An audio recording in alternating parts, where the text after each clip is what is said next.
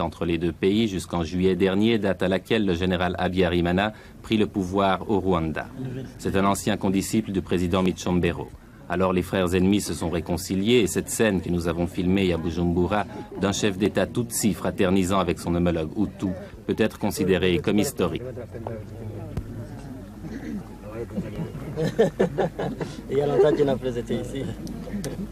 Faisant fi du protocole, nous ne pouvions donc pas ne pas demander au colonel Micombero ce que signifiait cette rencontre.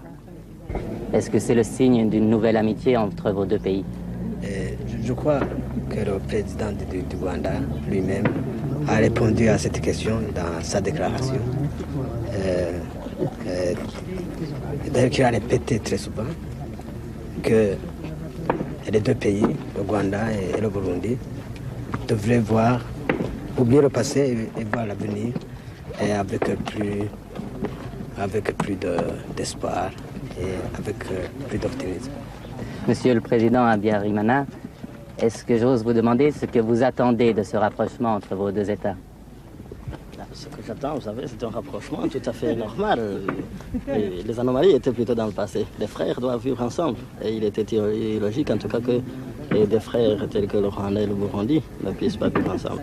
Et alors, nous avons renormalisé la situation et cherché à ce que les frères qui s'étaient séparés puissent se retrouver et construire ensemble et la stabilité de la paix dans notre petite région de l'Afrique. Et parce que justement, ce sont les relations entre voisins d'abord qui seront la base solide de l'Organisation de l'Unité africaine. Nous avons donc cherché à unir les frères qui étaient séparés. Je crois savoir d'ailleurs, Monsieur le Président, que vous connaissez le colonel Micombero de longue date.